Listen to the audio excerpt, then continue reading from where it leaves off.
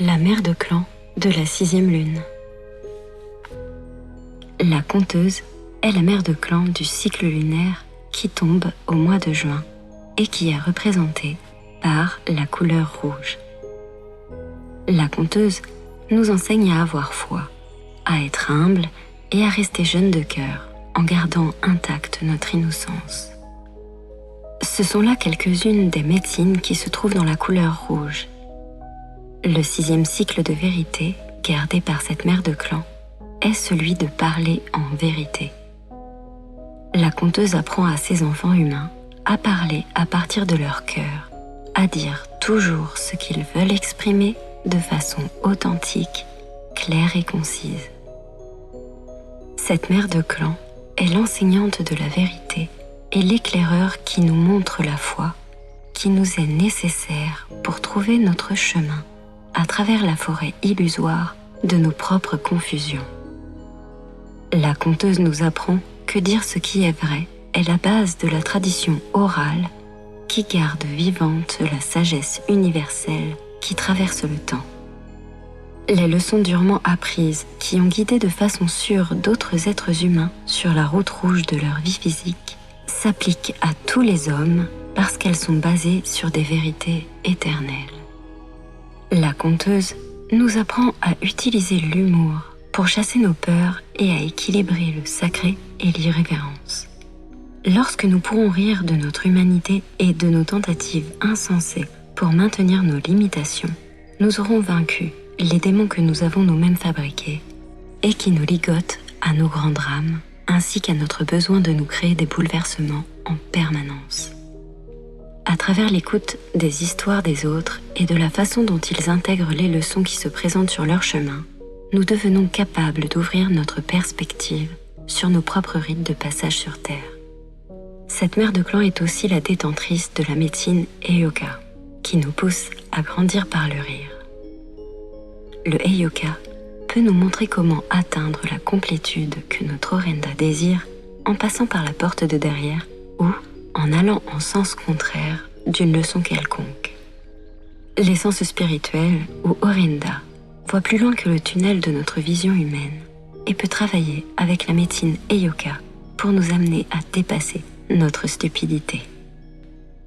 Le Heyoka va faire le clown en nous donnant de subtiles leçons sur lesquelles nous pouvons réfléchir ou que nous pouvons ignorer. La conteuse sait aussi tisser une histoire qui met en scène les caractéristiques des leçons de vie d'une personne, sans la montrer du doigt pour autant.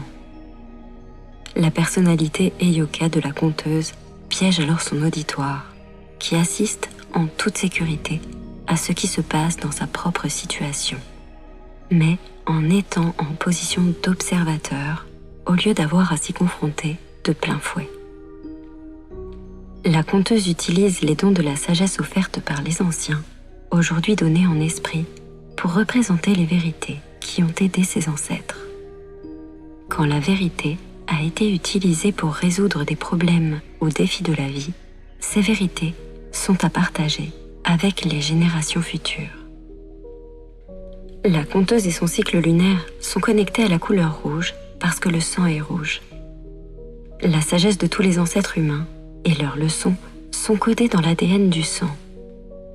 Selon la médecine indienne traditionnelle, le sang a toujours été reconnu comme le flot de vie qui coule dans notre corps et nous permet de solliciter la connaissance détenue par les sages anciens qui sont venus avant nous.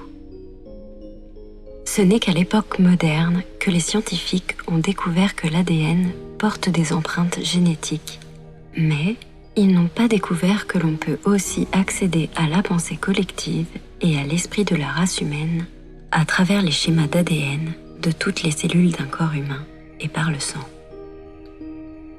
La conteuse permet à chaque auditeur d'entendre des histoires qui racontent comment d'autres ont trouvé la vérité dans leur vie. Grâce aux paroles de vérité qu'elle dit, cette mère de clan nous enseigne à parler à partir de notre vérité personnelle et de notre point de vue sacré quand on nous demande notre avis.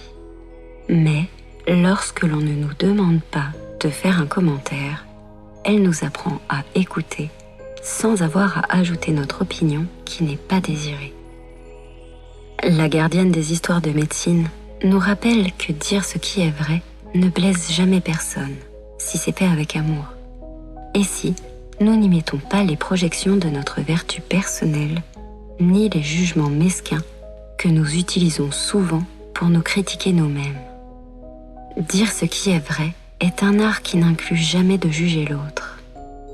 Désigner du doigt quelqu'un laisse toujours 3 doigts pointés en arrière vers l'accusateur.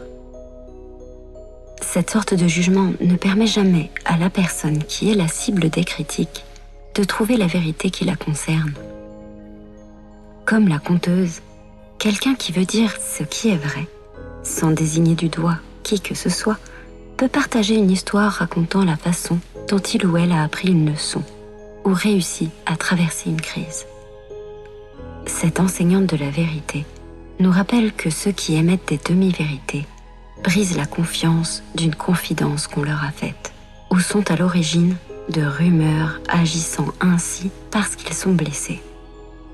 À cause de leur inaptitude à parler vrai, même à eux-mêmes, ils projettent les mensonges et illusions qui sont à l'intérieur de leurs blessures sur le reflet humain le plus proche ou la première situation qu'ils peuvent trouver.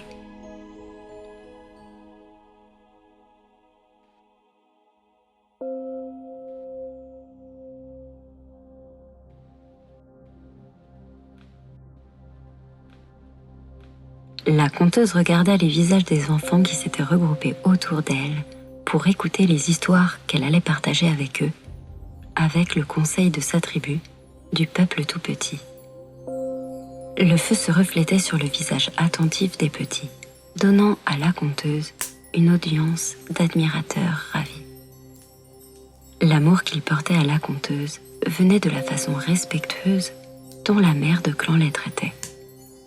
La conteuse avait enseigné aux précédentes générations de nombreux clans et tribus que les enfants sont des esprits adultes dans de petits corps. Le conseil des enfants devint donc le conseil du peuple tout petit. Le ciel de la nuit était sans lune, amenant des milliers d'étoiles dans le champ de vision. Cette nuit commençait le nouveau cycle lunaire de la lune des maturités. Le bol de médecine étoilé du ciel de la nuit donnait à chacun la sensation que quelque chose de spectaculaire était sur le point de se passer. La brise amena le doux parfum des fleurs de mimosa qui pendaient des branches du cercle d'arbres autour de la hutte de la mère de clan. Des insectes dansaient en zigzag dans l'air auprès des grands roseaux, de la menthe sauvage et du ruisseau bordé de trèfles rouges qui serpentaient à travers le campement. De temps en temps, des lucioles scintillaient en tremblant dans la chaude nuit d'été. La conteuse décida que c'était le moment parfait pour partager l'histoire qui raconte comment la luciole a eu sa lumière rayonnante. Les enfants qui constituaient le conseil du peuple tout petit étaient enchantés de voir la mère de clan, les étoiles et la danse des lucioles, sans pouvoir décider de ce qui était le plus intéressant pour leurs esprits curieux. Nawes Kenyo, merci de bien aller, commença la conteuse avec la salutation traditionnelle qui ramena à elle l'attention dispersée des enfants.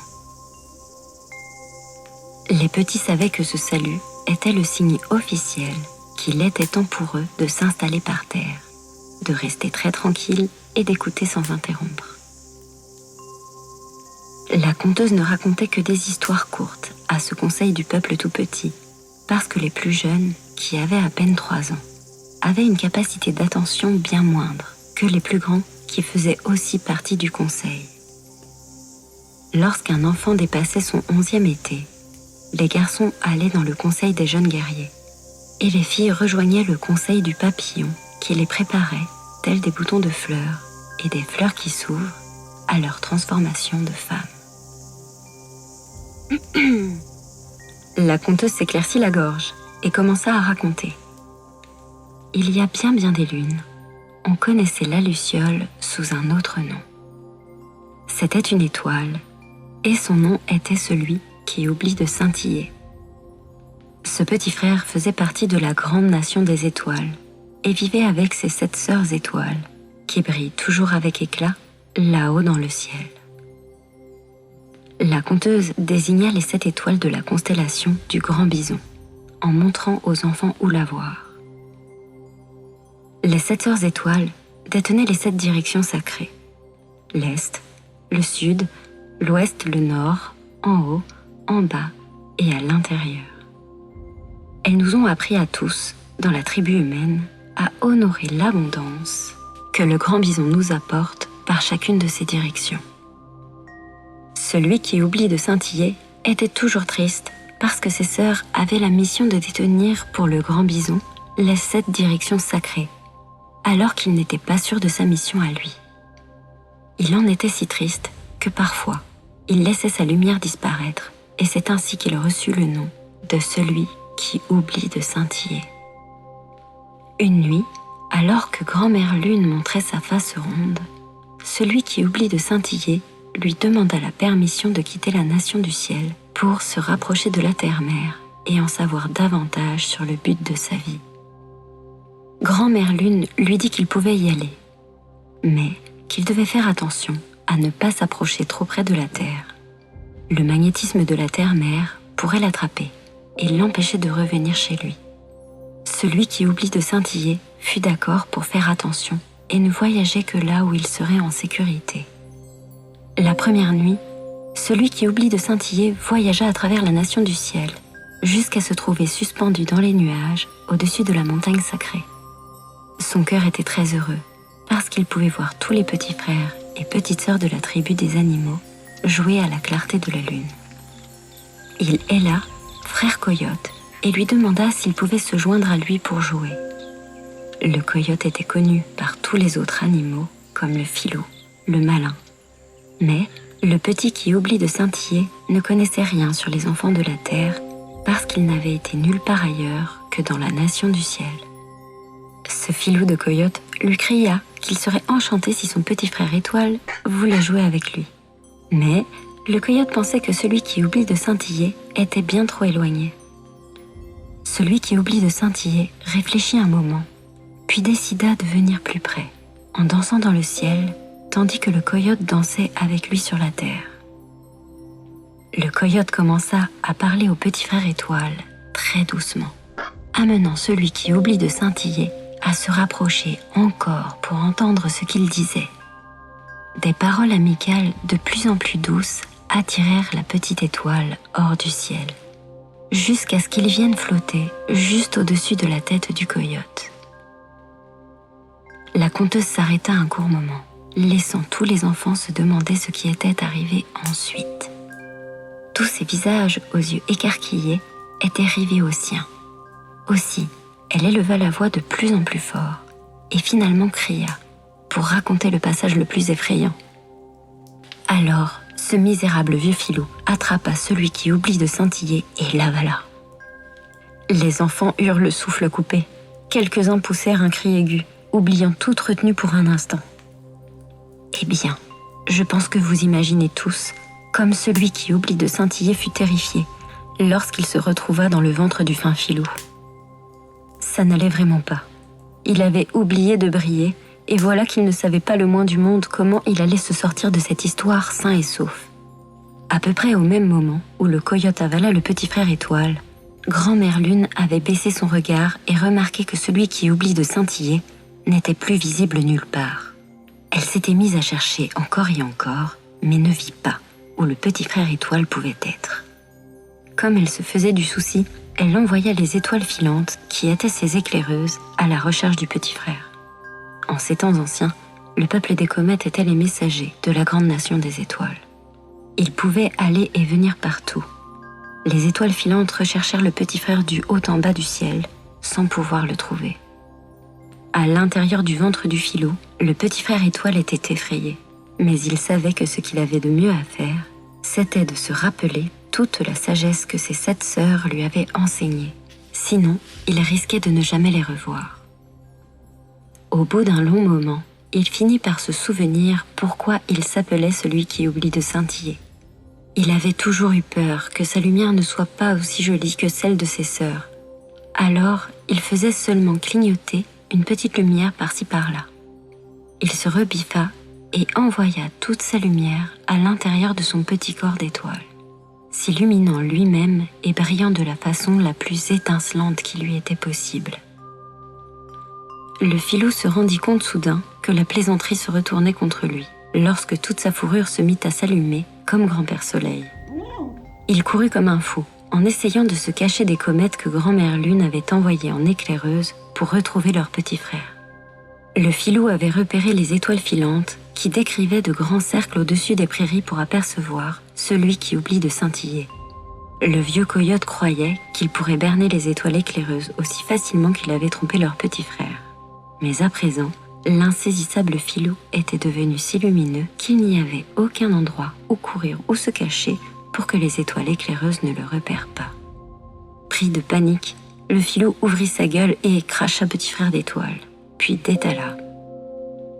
Les étoiles filantes répandirent la nouvelle auprès du peuple des nuages, qui la raconta à ceux du tonnerre, qui la dirent aux éclairs de bâtons de feu. Ce misérable filou méritait de goûter à sa propre médecine. Très en colère, les amis de Petit Frère Étoile s'étaient assemblés dans la nation du ciel et fomentèrent des orages. Ils emplirent le peuple des nuages d'êtres de glace et de gouttes de pluie pour tremper et cogner le coyote avec des averses de grêle. Ino, le chef du tonnerre, cracha et gronda ses rugissements, et l'oiseau tonnerre fit battre ses ailes géantes, ce qui produisit un bruit colossal qui arrêta net le filou, tremblant de peur. Pendant ce temps, le petit frère Étoile était devenu prisonnier du magnétisme de la Terre. Il ne pouvait plus se détacher du sol et rentrer chez lui. Il continuait à briller magnifiquement, en sorte que ses amis du ciel pouvaient voir où il était. Mais personne ne pouvait le secourir, sous peine d'être aussi attrapé par le magnétisme de la planète Terre. Il appela la Terre-Mère et lui demanda de le libérer, puis il attendit sa réponse. L'orage rôdait sur la campagne, donnant au filou une bonne occasion de filer. Lorsqu'il retrouva enfin l'usage de ses pattes et décampa pour éviter les billes de glace et la pluie glaciale qui tombait.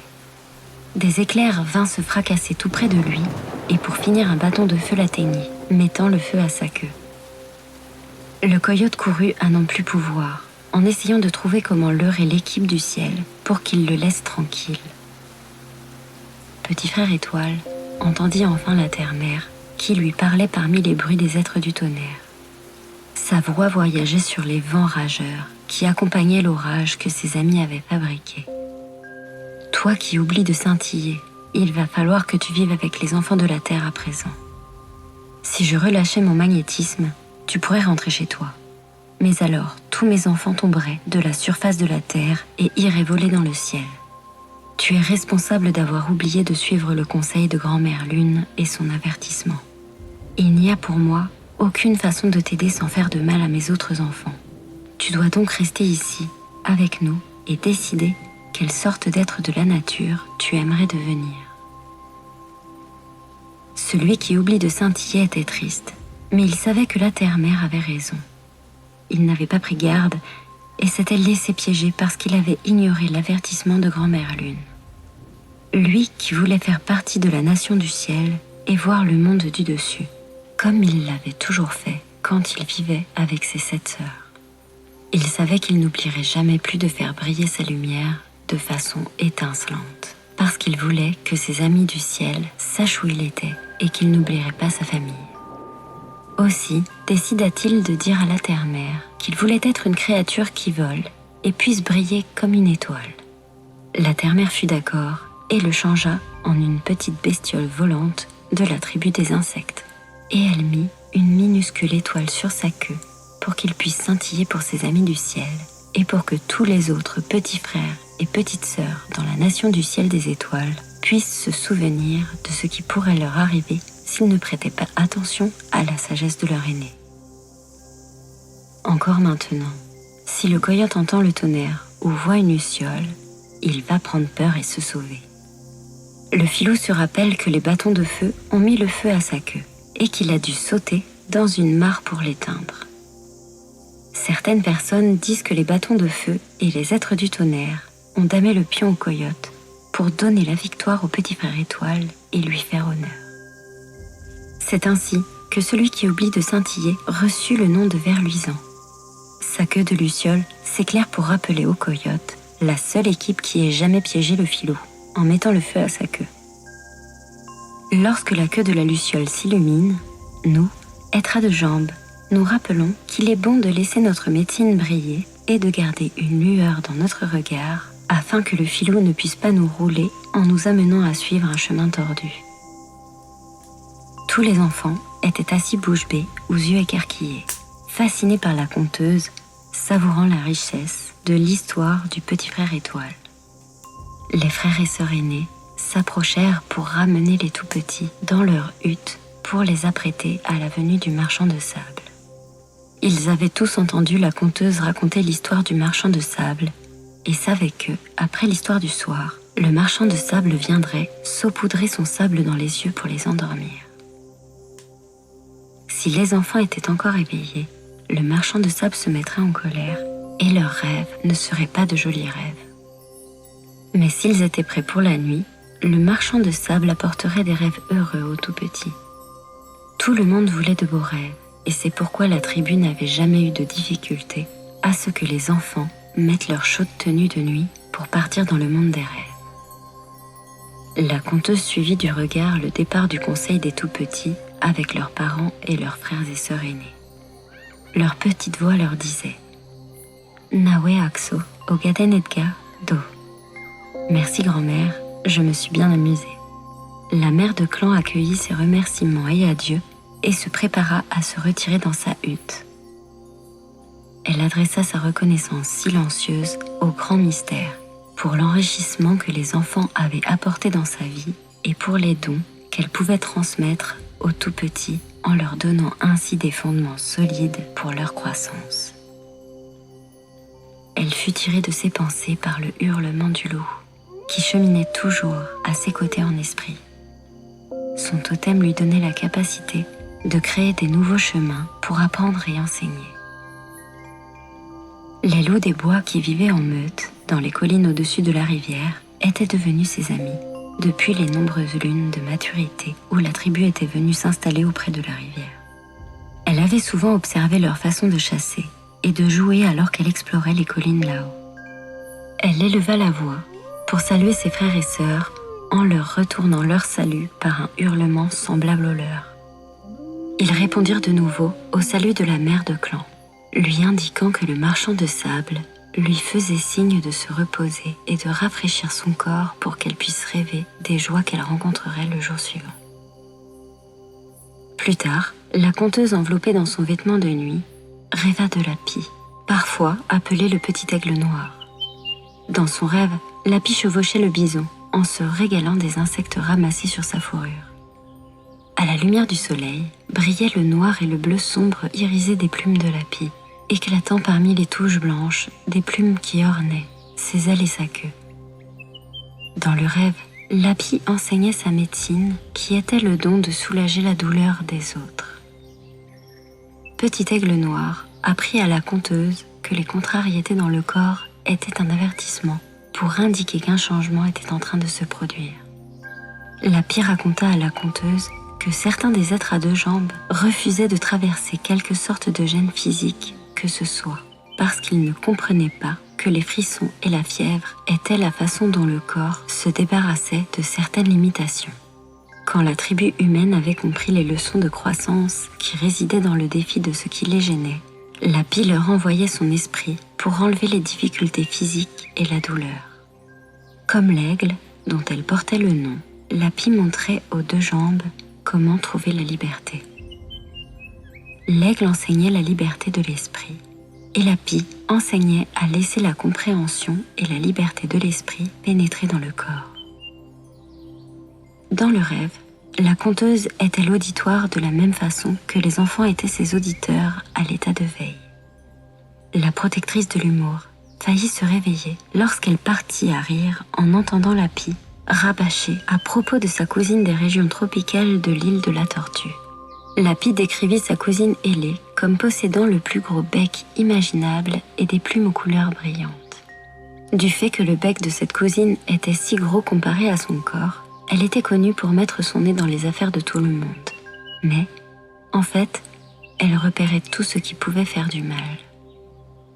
Le petit aigle noir désigna cette cousine comme le toucan et dit que sa médecine était le système d'alarme de la jungle. La cousine toucan visitait parfois les rêves de ceux de la tribu humaine qui vivaient loin, très loin, pour les rendre plus observateurs.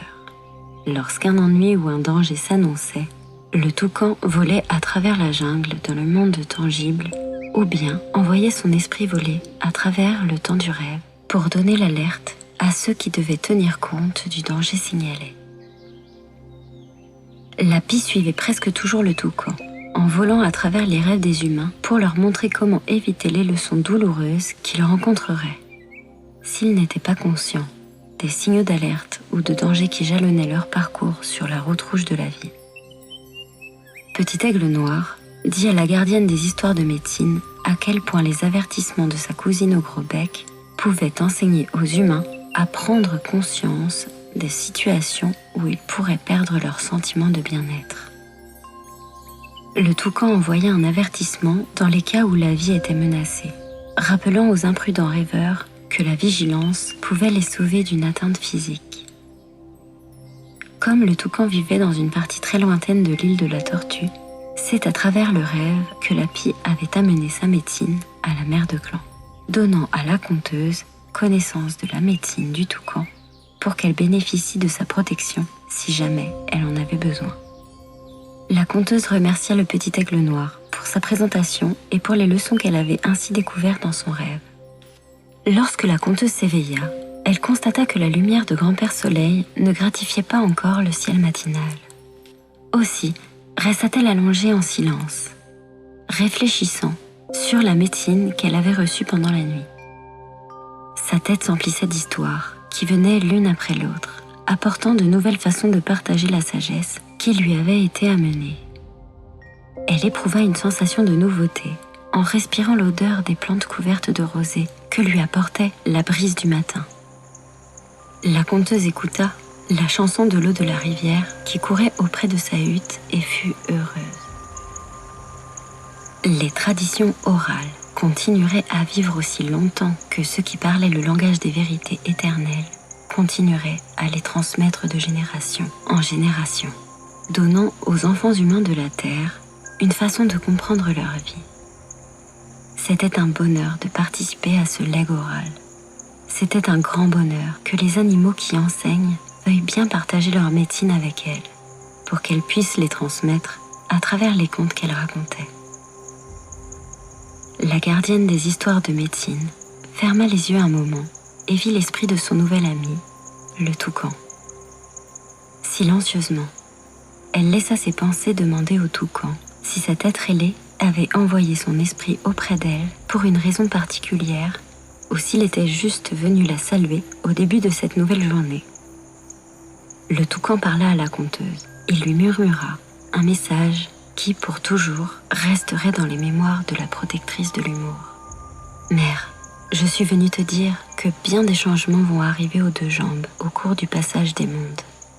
Mon avertissement est double. Si les enfants de la Terre oublient de rire d'eux-mêmes, ils périront par leurs actes. Ces actes qu'ils font quand le sérieux étrangle leur sens du jeu et du rire. La tribu humaine a besoin qu'on lui montre comment utiliser l'humour pour désamorcer des situations qui pourraient être douloureuses ou destructrices pour eux. S'ils oublient d'équilibrer le sacré et l'irrévérence, la joie de vivre sera perdue. La deuxième partie de mon avertissement concerne la garde des traditions orales. Quand une histoire s'est transmise à travers les générations et contient une vérité, les voix avisées de la médecine qu'elle propose soutiendront les humains dans leur croissance à travers le temps. Laisser ces histoires s'éteindre serait une injustice. Les enfants de la Terre changeront et certains perdront leur connexion au monde de la nature. Mais même si c'est seulement à travers leurs rêves, les histoires de Métine les maintiendront connectés au reste de leur famille planétaire. Quiconque peut dire ce qui est vrai en racontant un conte qui offre aux auditeurs une manière de réfléchir sur leur vie, sans accuser qui que ce soit ou quoi que ce soit, apportera aux hommes ma Métine des avertissements. Et si ces avertissements leur permettent de revenir à l'équilibre dans leur vie, ils parviendront à l'unité. La conteuse remercia le toucan pour son double avertissement, puis montra à son amie à plume qu'elle avait vraiment compris ce message en lui répliquant « Ainsi, ma sœur Céleste au gros bec, je dois me souvenir que si l'on ne fait pas attention à la sagesse contenue dans le récit des contes, on peut se retrouver à montrer sa queue au monde. » La conteuse et l'esprit du toucan rirent de bon cœur. La lumière du soleil traversait la grisaille d'avant l'aube. Les sévères conseils avaient été pris à cœur et compris. La menace des dures leçons que pouvait amener le déséquilibre renvoyait à la douleur et au chagrin humain. Mais le rire avait damé le pion aux nuages noirs que représentaient les limitations humaines. Ces nuages qui semblaient cacher les joies qui peuvent se découvrir dans le fait d'être un humain. La conteuse comprit et désira faire face au futur avec ses enfants, en ayant toujours à l'idée que chaque être humain avait à trouver ses vérités pour lui-même, afin de suivre l'évolution de l'esprit. Elle sut que ces histoires seraient un réconfort pour ceux qui se sentiraient fatigués sur la piste sacrée, et que pour cette raison, elle leur en ferait cadeau. Ainsi, la vérité de la sagesse continuerait à se dire. La parole des traditions sacrées se perpétuerait. Cela ne disparaîtrait jamais.